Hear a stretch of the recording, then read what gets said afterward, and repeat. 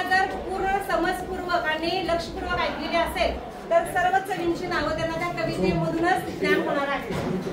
आणि 5वा प्रश्न आहे वासावरून पदार्थ ओळखा. दिलेला पदार्थ आपण जर बघितला तर पूर्ण जर असेल तर त्याची वास ओळखता येणार नाही.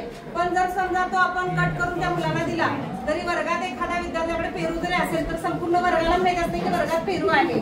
म्हणजे वासावरून देखील आपण पदार्थ ओळखू शकतो. असे हे कविता, कोडी आणि विविध प्रश्न यांच्यावर आधारित ज्ञानेंद्रियांची ओळख होण्यासाठी सांगा पाहून मी कोण हा उपक्रम निवडलेला आहे आणि त्याच्यावरचे रुब्रिक्स तयार केलेले आहेत. इयत्ता 3री ते 5वी साठी असणारा हा गट आहे. त्यामुळे आपले जे क्षमता आहेत तो प्रारंभिक, प्रवीण आणि प्रगत अशी रुब्रिक येणार आहेत. जाणीव जागृती यावर आधारित 3 रुब्रिक्स आहेत. विद्यार्थी जाणीव जागृतीमध्ये कुठं आहे ते पाहून आपल्याला ठरवायचं आहे. तर त्यासाठी वस्तूंचे सूक्ष्म निरीक्षण करत नाही. विद्यार्थी जर त्या निरीक्षणामध्ये किंवा त्या कृतीमध्ये इन्व्हॉल्व होत नसेल तर आपण त्याला प्रारंभिक मध्ये ठेवणार आहोत जाणीव जागृती या गटासाठी. त्यानंतर प्रवीण या गटामध्ये जर विद्यार्थी जाणार असेल तर तो ज्ञानेंद्रियांचा वापर करून वस्तूंचे सूक्ष्म निरीक्षण करेल. म्हणजे त्याला जाणीव होईल की आपण या गटामध्ये किंवा या कृतीमध्ये सहभागी झालं पाहिजे. 3रा जो आहे तो आहे प्रगत. यामध्ये ज्ञानेंद्रियांचा उपयोग करून वस्तूंचे सूक्ष्म निरीक्षण करतो आणि मित्रांनाही निरीक्षण करण्यास प्रवृत्त करतो. म्हणजे इथं आपण सहाध्यायी म्हणतो वर्गमित्रांची इथं मदत घेणार आहोत. 2रा जो आहे संवेदनशीलता. या गटामध्ये आपल्याला इतरांच्या मदतीने चवींची ओळख करून घेण्यास रस दाखवतो. विद्यार्थी स्वतः इन्व्हॉल्व होत नाही पण मित्र जर समोर येत असेल तर मात्र तो त्यामध्ये सहभागी होणार आहे आणि त्याची संवेदनशीलता इथं जागृत होणार आहे की दुसरा करतो तर आपण देखील इथं केलं पाहिजे. त्यानंतर प्रवीण या गटामध्ये जर विद्यार्थी असेल तर तो वस्तूंचे बारकाईने निरीक्षण करेल आणि त्यावर आधारित आणखी नवीन कृती तो स्वतः करून बघण्यास इंटरेस्ट दाखवेल. 3रा जो आहे तो आहे प्रगत.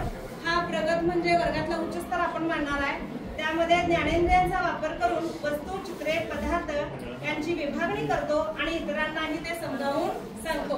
घरात असतील किंवा वर्गातल्या वस्तू तो विभागणी करेल आणि त्यांची माहिती तो स्वतः घेईल आणि इतरांनाही समजावून देईल. आणि शेवटचा जो आहे तो आहे घटक आपला सर्जनशीलता. यामध्ये विद्यार्थी स्वतः स्वयंप्रेरणेने आणखी काही कृती करणार आहे. त्यामध्ये जर प्रारंभिक स्तरावर विद्यार्थी असेल तर प्रत्यक्ष वस्तू हाताळण्यास किंवा कृती करण्यास रस दाखवत नाही.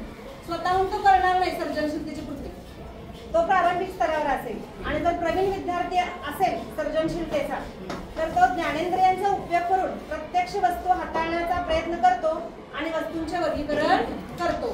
तो स्वतःच्या क्षमतेने स्वतःच्या नवनिर्मितीने कृती करेल.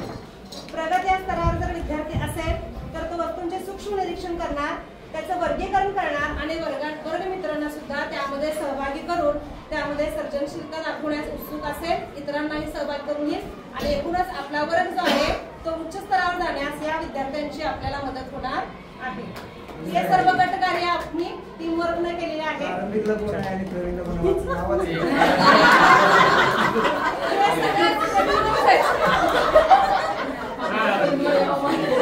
चांगलं झालंय तुमचं. हा 1 मिनिट जरा सगळ्यांनी तुम्ही कॉन्फिडन्सी कुठली घेतली म्हणजे ध्येय कुठलं घेतलंय? पूर्वतयारी गट निवडला ना. ध्येय किती घेतले? CG13 ना. CG13 ला कोणतं विकास क्षेत्र येते मध्ये? सकारात्मक अध्ययन सवय ना. ते एक मेन्शन करायला पाहिजे होतं. बरं, दुसरी गोष्ट काय, जर तुम्ही विकास क्षेत्र जर म्हणत असाल तर विकास क्षेत्र ही पूर्वतयारीसाठी नाही आहे.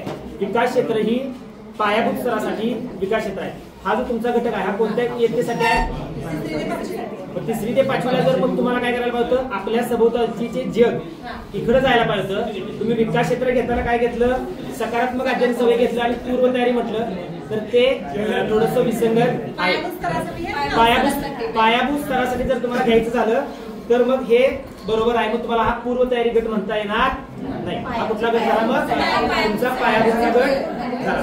लक्षात आलं तुमच्या? ओके. पुन्हा म्हणजे ह्या गटानं चांगल्या प्रकारे ओके.